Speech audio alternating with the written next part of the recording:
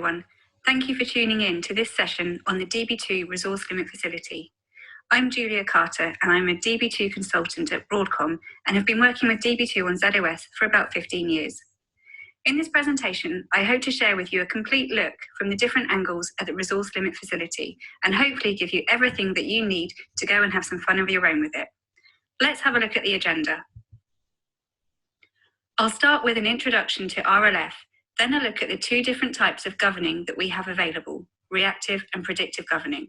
We'll then look at how we can set up and administer the resource limit facility before moving on to look at some considerations, some use cases and potential issues with RLF. Finally, we'll look at monitoring and alerting possibilities that you can use. So let's get straight into it. As a pre-introduction to the topic, let's have a look at some of the different ways we have of limiting resources in the ZOS environment. We can set a time limit for a batch job by coding a parameter in the job card or in JES. We can have a TSO logon time to limit the resources for our TSO sessions. There are IMS and there are KICS controls. We have WLM or workload manager. Then there's the resource limit facility or RLF, and this is the Db2 governor.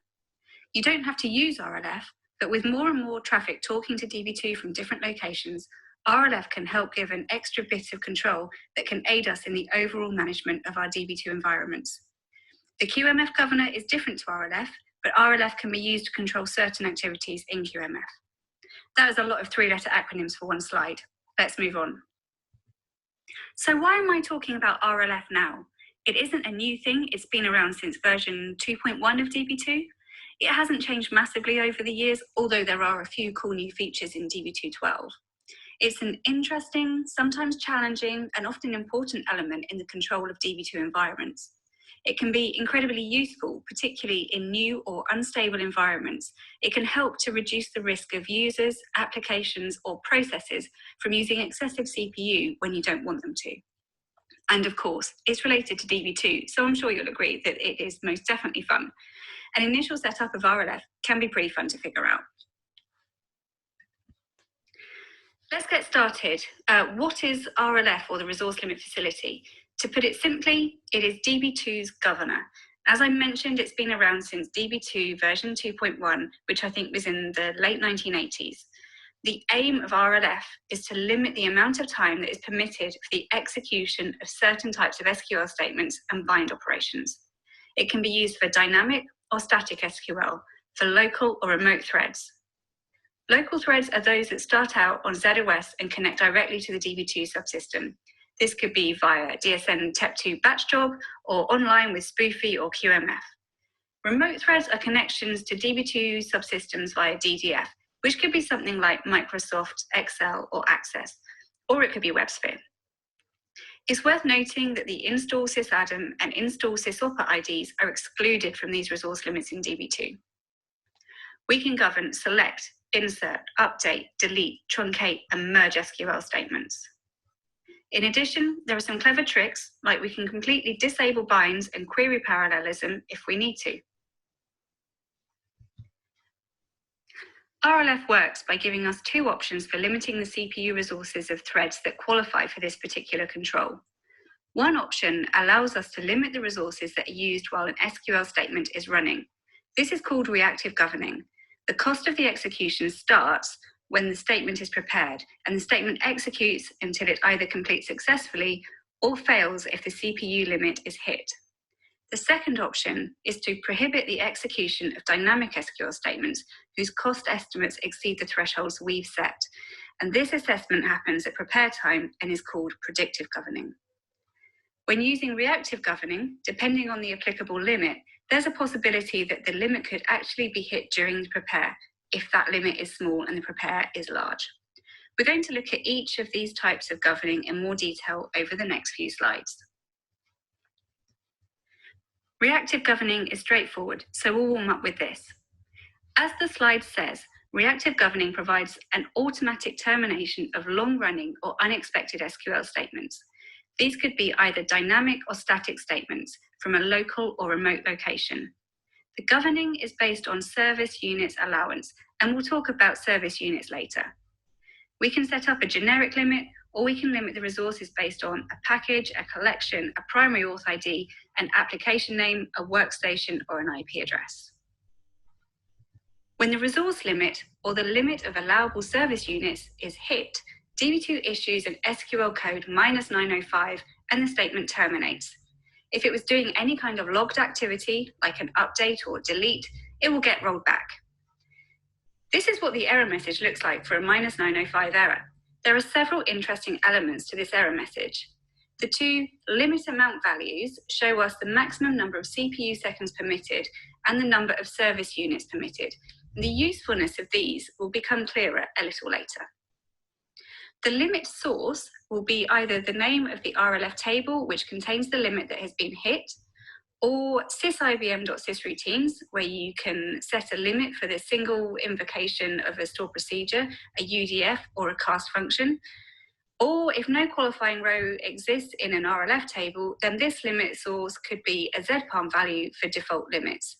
We'll talk more about the tables and the Zed Prompts relevant to RLF in more detail a little later. The other method of governing SQL is predictive governing. This is where DB2 determines upfront whether a statement can run within the set limits for a user, application, package, and so on, based on the estimated cost and the cost category of the query. If the estimated cost is more than the associated limit, DB2 will not immediately execute the statement, but will issue a warning or an error. If we choose to enable the warning mechanism rather than simply the error, we need some sort of application logic to decide what to do if a warning is issued. It has to choose whether to proceed regardless or to terminate processing and then obviously deal with either outcome. The predictive governing setup is a little more complex than reactive governing, both in terms of what the DBA has to implement and what the application developer has to build into their code. In the DB2 tables that support RLF, there are columns related to predictive governing called RLF ASU ERR and RLF ASU Warn. RLF ASU ERR is the limiter that ultimately dictates whether a statement can be executed under predictive governing or not. If the estimated cost of the query exceeds this limit, DB2 returns a negative SQL code -495 and the statement is not executed. RLF ASU Warn is the column that we would populate if we wish to have this warning mechanism and application decision in place. This value needs to be lower than the RLF ASU ERR limit in order to be utilized. If during prepare of the statement, the estimate of the cost exceeds this warning limit, but less than the RLF ASU ERR value, then DB2 issues a positive SQL code +495, and it passes control back to the application to make the decision as to whether to proceed with the statement execution or not. The SQL codes +495 and -495 can also be issued if the cost category from the optimizer is B. We will discuss this in more detail over the coming slides.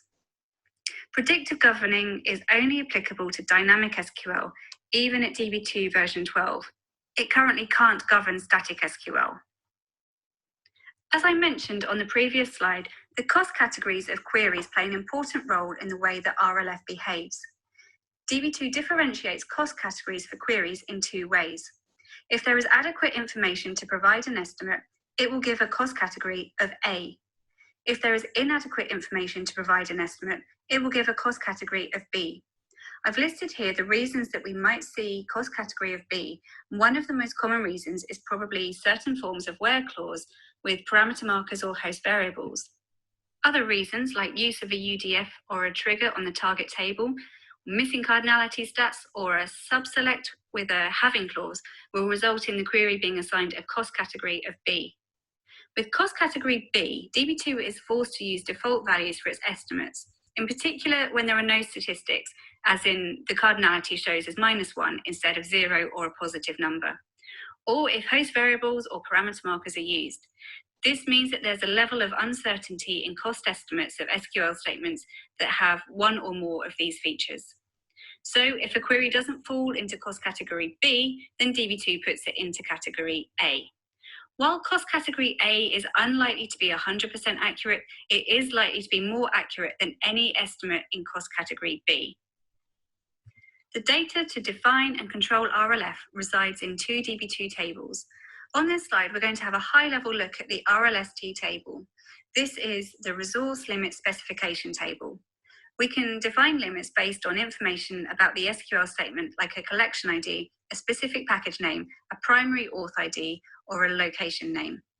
If there are blank values for any of those categories, it means that the limit will apply to all of that category. As in, if we put a collection ID but don't specify any packages in particular, then all packages for that collection will have the limit applied. Or if we only specify an auth ID, then the limit applies to any package in any collection. The only slight exception is that with the location or LU name, a value of public means that the limit applies to all locations, local and remote. Blank for the location results in the limit applied to local connections only. We can set up both reactive and predictive governing with the RLST table. Earlier, when I said that there were additional controls with RLF, you can configure the RLST table to prevent certain events like preventing all bind operations or disabling query parallelism. And now a brief look at the other Db2 table, the RLMT or Resource Limit Middleware table. Limits defined in this table are based on client information, like an application name, a user ID, a workstation ID, or an IP address of a client. As with RLST, we can define reactive and predictive governing with RLMT. We're going to come back and look at these tables in more detail later and look at some examples of data within them. This was just meant to give you an overview of their uses. Another thing that I mentioned earlier is service units, and you may have noticed in the SQL code -905 message, there was a reference to ASU time, and now it will become clear what these terms mean. The processing time for a particular SQL statement varies according to the processor that executes it. Because of that, we have a relative metric which remains roughly constant from processor to processor. This is called service units, and in the RLF tables, the value goes in the column ASU time. Because it is a relative metric, it means that we should not have to change the values in the ASU time column in the RLF tables when we upgrade or change processors. Do note that if your Db2 workload differs significantly from the measured averages, then there might be a need to change your ASU time when you move from, say, a Z14 to Z15. Part of the setup for RLF is assigning an appropriate ASU time limit to the resources that we want to restrict, like a particular primary auth ID or for certain packages being executed from a certain location. But it's not the most straightforward thing to figure out. You might have a strategy or plan for what you need to restrict. For example, you might want all back-office support staff, excluding the DBAs, to have a strict limit during your business's online day. So you need to identify who those users are and analyze what they do that maybe causes problems and capture the amount of CPU time that those actions consume. You also need to identify what they do that is okay or necessary to complete without causing any impact and capture the amount of CPU time that those actions consume. And then you can start to figure out where you might want to start setting your limits. It's also really important to see who or what should never be restricted. We can start to tackle this by using SMF reports or by looking in your performance tool. I mentioned that ASU time is a relative metric, and this example from the Db2 manual fleshes that out a bit.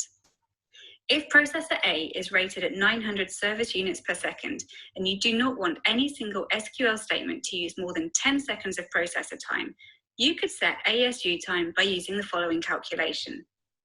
The ASU time equals 10 seconds times 900 service units per second, which gives us 9,000 service units. Then maybe sometime later you have to upgrade to processor B, which is rated at 1,000 service units per second, rather than the 900 of your original processor. If the value you set for ASU time remains the same, 9,000 service units, the SQL statement is only allowed 9 seconds for processing time, but this is an equivalent number of processor service units. As this example illustrates, after you establish an ASU time for reactive governing or a warning or error limit in predictive governing for your current processor, you do not need to modify it when you change processors. I think that makes it as clear as mud. There are a few ways that we can calculate the ASU time that we want to include in an RLF table, and I'm going to go through some examples. First up, an easy one. We can run a Db2 explain to give us the estimate. The explain process populates a number of Db2's explain tables, but the interesting one in terms of estimated cost is the DSN statement table. We can get the PROC-SU from the DSN statement table and use that number to establish an ASU time. Here, my example is very small and simple, but I can see that from this table space scan, the estimate PROC-SU is 26. So, say this is the most expensive statement that I ever execute, then maybe a suitable ASU time would be 30. In another example, looking in a performance trace, you can find the statement you're interested in, and you can check the ifkid 0022 record, which similarly gives you values from a mini bind. In this case, we search for units and take the value from there. A third way is to identify the CPU to SU conversion factor, which I've got from my performance tool, and I plug this into an IBM supplied formula to get me from CPU seconds to service units. This could be useful if you're looking at the CPU cost from, say, a batch job that's running dynamic SQL or other SQL which your performance tool identifies. The formula to calculate the number of service units is CPU seconds times 16 million divided by the conversion factor. And the last one. A few minutes ago, I said the limits displayed in the -905 RLF limit hit error message are useful. Because the error shows us the service units and the CPU seconds, we can use this to calculate relative measures. In this case, we've set up a row in RLF with an ASU time of 55,000 service units and ran a complex piece of SQL that we expected would trigger the error. When it does, we can see from the error message the 55,000 service units that we defined, but we can also see the number of CPU seconds is 1. So if we know from other statistics that a process requires a certain number of CPU seconds to run, we can give it the appropriate ASU time in RLF in order for that to happen. We can also cross-check from the previous formula to see that 1 CPU second multiplied by 16 million divided by 292, which is the conversion factor I pulled out of my performance tool, and we get approximately 55,000 service units. So now we've seen a few ways that we can review the information that we have, and we can make some calculated decisions based on that. Let's now have a closer look at the tables behind RLF and some examples of how these might look when populated. Over the next few slides, you'll see some rows with a yellow background, and these are identical in both the RLST and the RLMT table. All values apply to both tables. I've not duplicated the detail on the RLMT slides, which will follow. It's worth remembering that you don't have to populate all of the columns. It depends on the function that you're using and the scope that you wish to limit with each row. Some of the columns are identifying columns, like who, what, and where we want to apply the limit to. Some are there to define the limits themselves, and we have one column which specifies whether the row relates to reactive or predictive governing and dynamic or static SQL. I should point out that you can't use wildcards for the identifying columns. I'm going to whiz through these. This information is, of course, available in the Db2 manuals online via the IBM Knowledge Center. First up, the RLST table structure. Auth ID. No RACF groups are allowed here. If you want to limit resources by auth ID, it has to be a user ID. But RLF doesn't apply to primary or secondary auth IDs that have install sysadmin or install sysoffer. The plan name has been deprecated, so it should always be blank now. ASU time, this is the number of service units that are allowed to be used. 0 or a negative value means that the operations are not allowed. Null means unlimited. For LU name, a value of public is for all locations, and in this case, blank limits the scope to local connections only. RLF Func is a really key column as it determines which function is performed for a particular row. The RLF Func field exists in the RLMT table too, but with different values, so I've coloured it orange rather than yellow, but you'll see that there is some correlation between the two. So we can see that the different numbers and letters relate to combinations of reactive and predictive governing, as well as controls to govern bind operations and to disable query parallelism. RLF bind is another control that if you use RLF Func of 1, you can also specify n in this column to disallow bind operations completely for whoever or whatever you're limiting.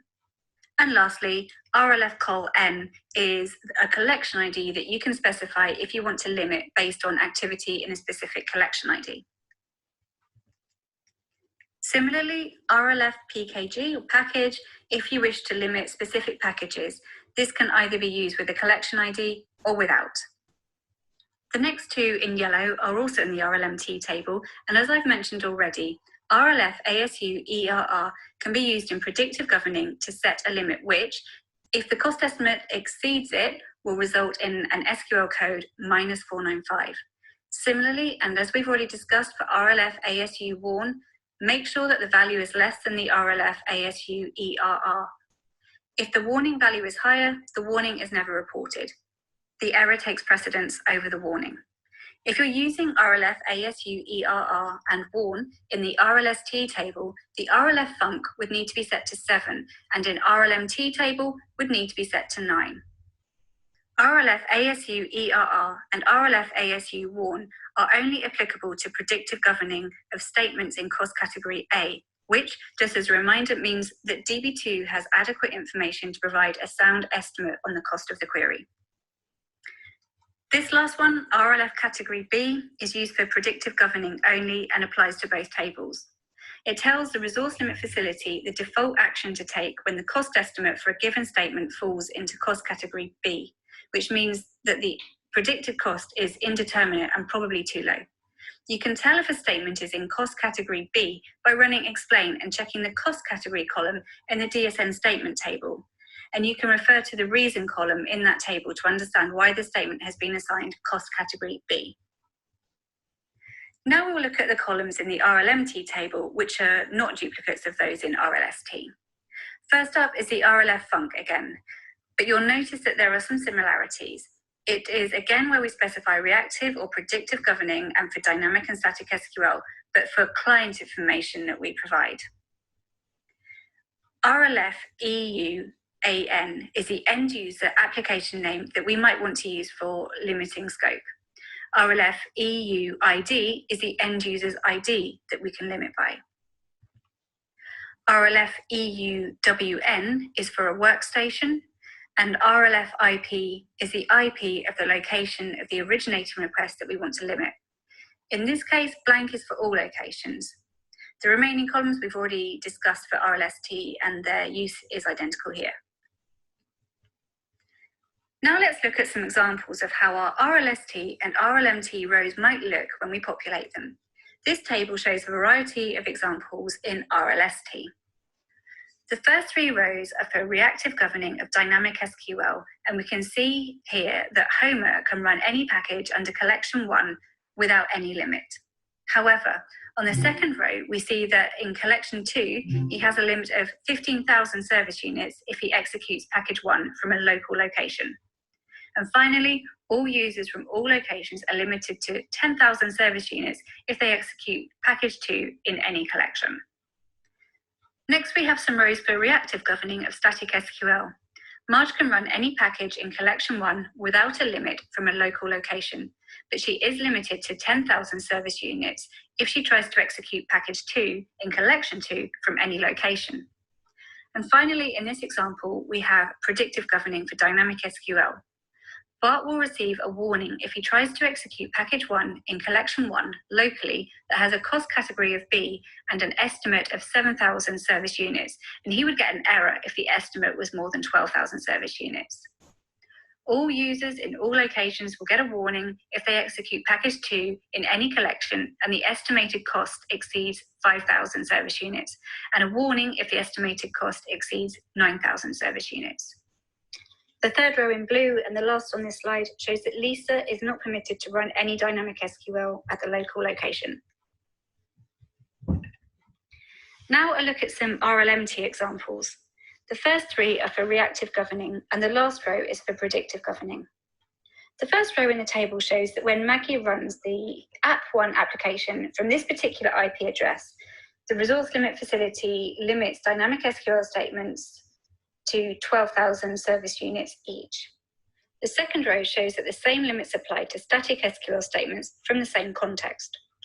The third row shows that any dynamic SQL statements that are issued from Workstation 10 are limited to 7,000 service units each. Lastly, any user executing APU on Workstation 10 with this specific IP address will get a warning for cost category B statements that exceed 7,000 service units and an error for 12,000 service units. Here is a concise summary of the RLF table structures. RLF Func defines the RLF function, like whether it's reactive or predictive, and if it's for dynamic or static SQL. ASU Time, RLF, ASU, ERR, or WARN, and RLF Category B are limiting columns. And finally, we have these identifying columns. We need to check we have a valid and logical combination of these three items. In order to limit something, you need at least one item from each of these groups. In most cases, null or blank means unlimited or all. The exception is LU name, where blank means local and not all locations. For RLF Func, a blank is ignored, so the rest of the row is useless. This table lists the search order that applies to rows found in either or both tables. In a situation where both tables are being used, if a thread matches criteria in both tables, then the row from the middleware table takes priority. So you do need to think about that possible overlap and the consequences. Ultimately, if no rows match, then DB2 defaults to the Zed Prompt value for the type of statement being executed. I do have a slide later which shows the Zed Prompts related to RLF and the possible values for them, including the new ones in DB2 12. Some sites like to have a combination of predictive and reactive governing in order to have optimal control over their environment. What this means is that any statements that pass predictive governing, with or without a warning, can still be terminated by reactive governing. Without the reactive governing backstop in place, an inaccurate estimate could mean that a statement executes and actually consumes a lot more resources than was intended. If this combination of predictive and reactive governing is defined, then the situation is less likely to occur. This is particularly useful for statements that fall into cost category B, as the estimates are unlikely to be particularly accurate. The reactive governor doesn't have that differentiation between the cost categories. It only works on actual service units being used. You do need to have two rows in the RLF table for every person or thing that you want to have combined governing for, and I'm going to show you an example of that next. So here's how the two rows might look in the resource limit specification table. Firstly, in predictive mode, if the statement is in cost category A and the cost estimate is greater than 1,000 service units, then user 1 will receive SQL code -495 and the statement is not executed. If the statement is in cost category A and the cost estimate is greater than 800 service units but less than 1,000 service units, which is our error, then the user will receive SQL code +495. If the statement is in cost category B, user 1 will receive SQL code +495, and this is due to the value of W in the RLF category B column. If it gets through predictive governing and actually executes, then reactive mode kicks in. We can see that if the estimate is below 1,000 service units and the query is executed, then reactive governing will terminate the thread if it breaches 1,100 service units. It's a pretty neat and tidy way to get that control, although it might look a little less neat and tidy if you decide to implement this for a large number of rows. And now a look at the complete flow, assuming that we have rows in our RLF tables for the combination of both predictive and reactive governing. The predictive governing bit is applied first. Initially, DB2 establishes whether the cost category is A or B.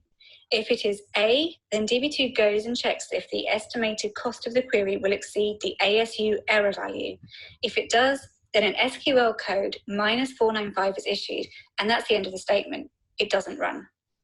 If the estimated cost does not exceed the ASU error value, then DB2 checks the ASU warning threshold. If the cost exceeds the warning value, then an SQL code plus 495 is issued, and it's up to the application or the user to decide whether or not to continue. So there has to be some application logic ready to deal with that. If the estimated cost is below the ASU warning limit, then DB2 will go ahead and execute the statement and will be subject to the ASU time limit. So this is the point that we have switched to reactive governing. The statement now executes either to successful completion, or if it reaches the ASU time limit, it will terminate processing with an SQL code minus 905. And now looking at the other leg, if the cost category is B, we predetermine in the relevant row in the RLF table which of the three decisions DB2 should take if it is cost category B. With Y or blank, we can choose to go ahead and prepare and execute the statement. With W, DB2 issues the SQL code plus 495, and the application has to decide whether to continue to execute the statement or not. If logic dictates that the application does not execute the statement, then that is the end. But if it does allow things to proceed, we continue with the flow. With N, DB2 will issue the SQL code minus 495 and terminate processing. With option W or Y, if the statement goes ahead to be executed, then it will be subject to the ASU time limit, and the statement will either complete successfully, or if the limit is hit, then it will terminate processing with an SQL code of minus 905. If only predictive governing is in effect, then we wouldn't have this actual cost is greater than ASU time and SQL code minus 905 box in the flow. Now that we understand the various elements of RLF, we can look at getting it set up in our DB2 subsystem. There are various Zed Prompts that we need to configure, which I'll go through on the next slide. Over the last few minutes, we've been looking at the supporting tables, and these now need to be created. In a brand new subsystem, you can use this installation job to create them, or in existing subsystems, you can get the latest DDL from this job. Make sure that you're running with the latest column definitions, as they have changed over the years. We have to then populate these tables, as I've demonstrated over the last few slides, and you can do this with SQL, or you could even load the data in with a utility. And finally, we have to issue the command to start RLF. As promised, here are the Zed Prompts that impact the behaviour of RLF in our DB2 subsystem. I'll quickly summarise these for you. RLF yes or no. This is a subsystem parameter that specifies whether the resource limit facility is to automatically start each time DB2 is started. The RLF enable subsystem parameter specifies whether the governor will limit resources that are used by dynamic SQL statements only, static SQL statements only, or both, all statements. This is new, and it's an important one to check. Governing static SQL statements is new in DB2 12, and if you want to utilize this feature, you can't simply put rows in the RLF tables to govern static SQL. You also need to ensure that this Zed Prompt is set accordingly. The RLF TBL subsystem parameter specifies the suffix that is to be used for the default resource limit specification table, the RLST. The default RLST is used when the resource limit facility is automatically started or when the governor is started without a specified suffix. RLF ERR specifies the action that DB2 takes for dynamic SQL statements that originate from the local server when it cannot find an applicable row in the RLF table. Next, we have another new one for DB2 12, and it's relevant if you want to govern static SQL. The RLF ERR STC Zed Prompt specifies the action that DB2 takes when a problem occurs with the resource limit specification tables during execution of a local static SQL statement. The RLF ERRD subsystem parameter specifies the default action that DB2 takes for dynamic SQL statements from remote locations when a problem occurs with the RLST.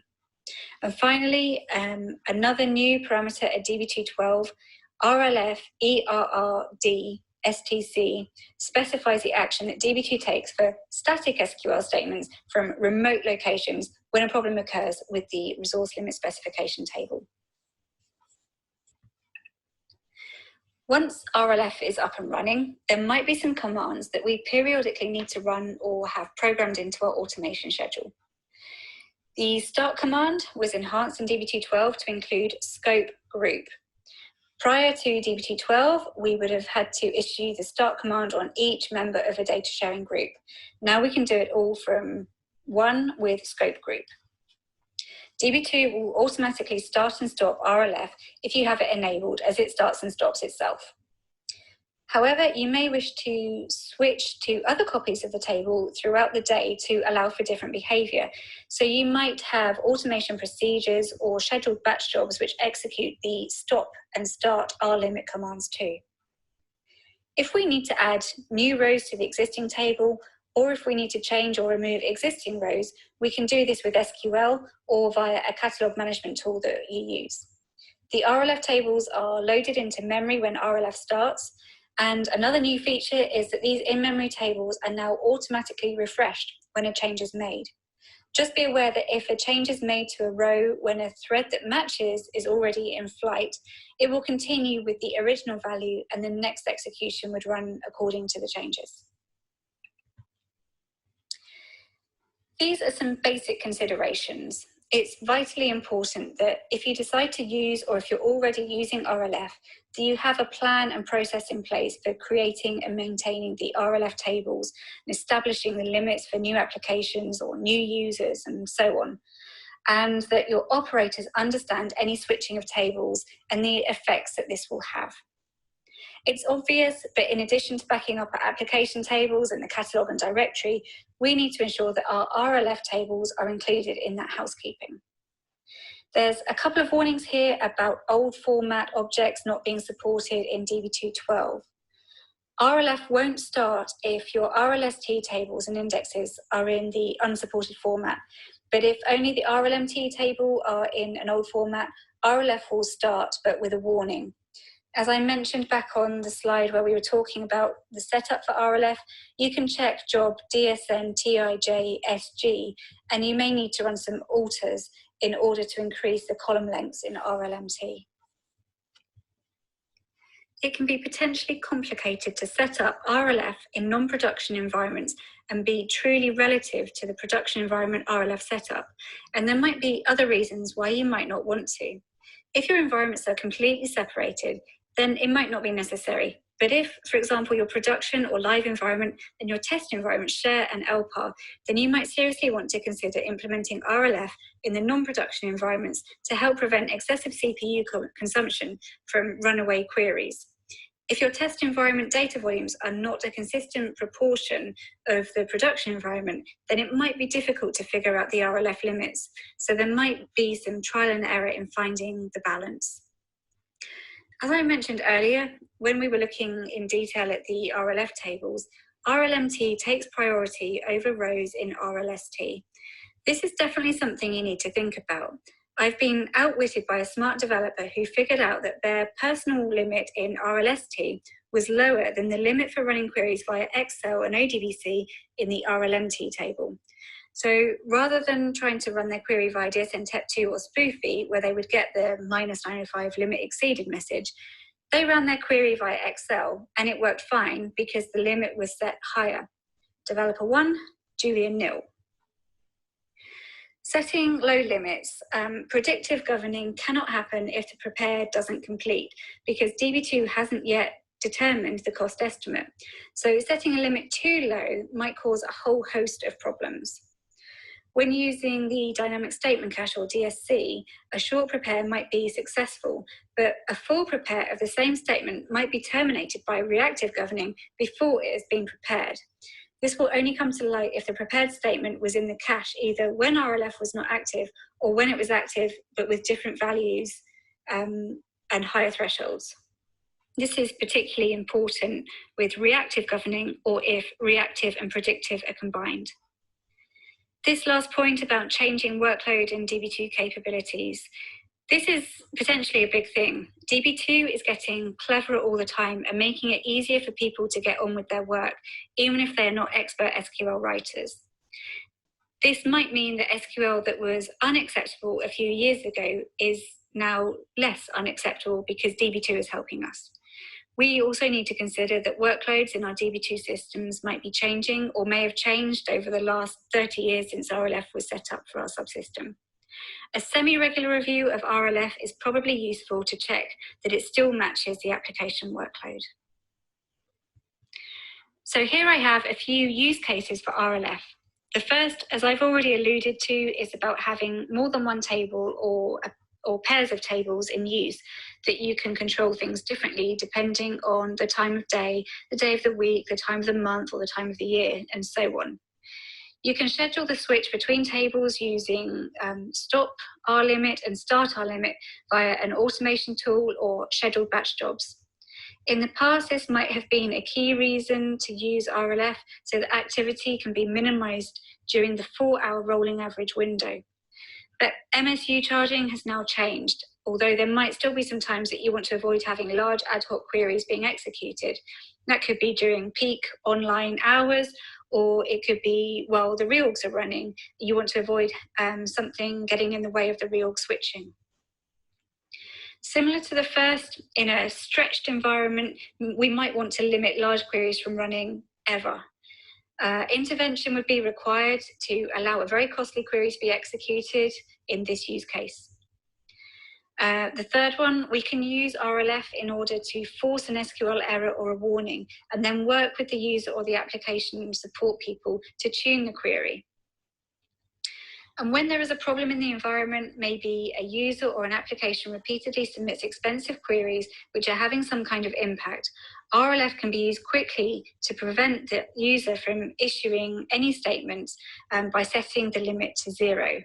That might mean that we need to insert a new row for that particular user with a limit of 0. Different types of users might require different levels of limit. So you could look at categorizing users or areas of the business and building these limit levels into your RLF admin processes. As with so many things, there are some potential issues with RLF that we should consider.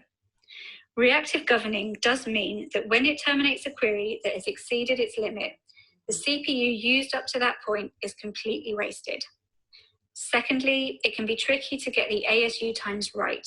You might find that you cause too many failures, or the limits might be too high to be effective. We always need to consider that applications change over time. Some grow, some shrink. Uses of applications also change. So the RLF requirements might also need to change. And we need to bear in mind that we are dealing with estimates. As with most SQL that starts but doesn't finish, any updates to data that it had been working on need to be rolled back, which DB2 takes care of. But we need to consider the business impact of transactions or processes that don't complete. There are always a few grumpy users who might have started their day happily, but RLF brings them down. They might have deadlines and requirements that have to be met, but they're restricted by RLF. People will often find a way to circumnavigate a blocker, either sneakily, like by figuring out what application package or user can run the query that they need, or by running smaller multiple queries and using their application or other skills to combine the results in order to get the data that they need, which might result in more CPU being used overall. But with individual queries, it will all be under the RLF radar.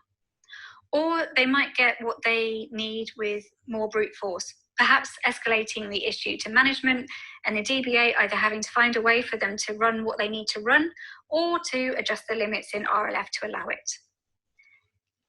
We in IT are a service to the business, and RLF might be considered by some to go against the agile and self-service ideals. RLF may have been set up a certain way to ensure that a few bucks are saved on a mainframe bill, which is something that we're all always focused on. But it's important that we find the right balance between protection or control and the business and user needs. That's what I mean by political issues in this penultimate point. And the last point here is just a warning to be sure that you don't inadvertently limit yourself or whoever needs to administer RLF from being able to make changes, either by severely restricting a user ID or by restricting the location that they are going to make the changes from.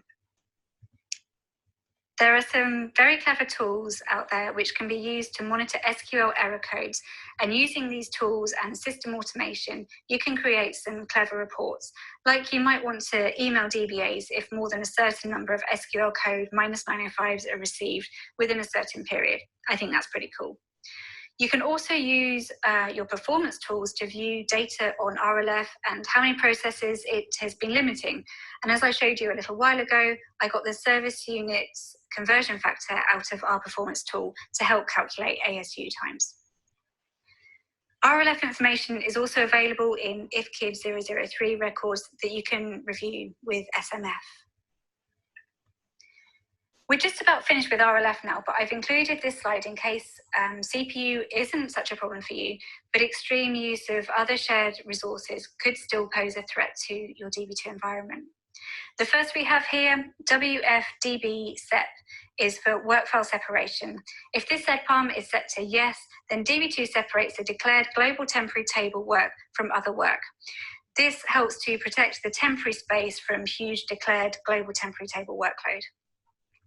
MaxTemps is another Zed Prompt that can help limit the use of temporary storage, and this is where we can define the number of megabytes or gigabytes of the work file database that a single agent can use. If an agent hits the defined limit, it receives a -904, and you can use IFKID 343 to monitor that. Well, we're just about there, so let me summarize a few points. It's important that we check our setup is still valid for our application and our current user profiles. We do need to take some time initially to assess and choose the right combination of reactive, predictive, or a combination of reactive and predictive governing. We decide whether we are going to enforce limits on dynamic SQL or static SQL or both, and decide who, what, or how we are going to limit. We need to be ready to change things quickly if it's not working.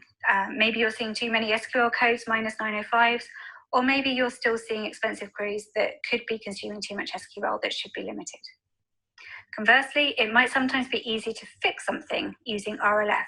Perhaps a rogue user or a new application still in its pilot is impacting other existing and critical applications, and we can use RLF to quickly put a stop to those while a solution to the underlying problem is found. Here's some additional reading, and as well as my own experiences and talking to other users and some experts, these resources have helped me to compile this session. This is my email address. If you would like to contact me about anything you've heard in this session, please feel free to do so.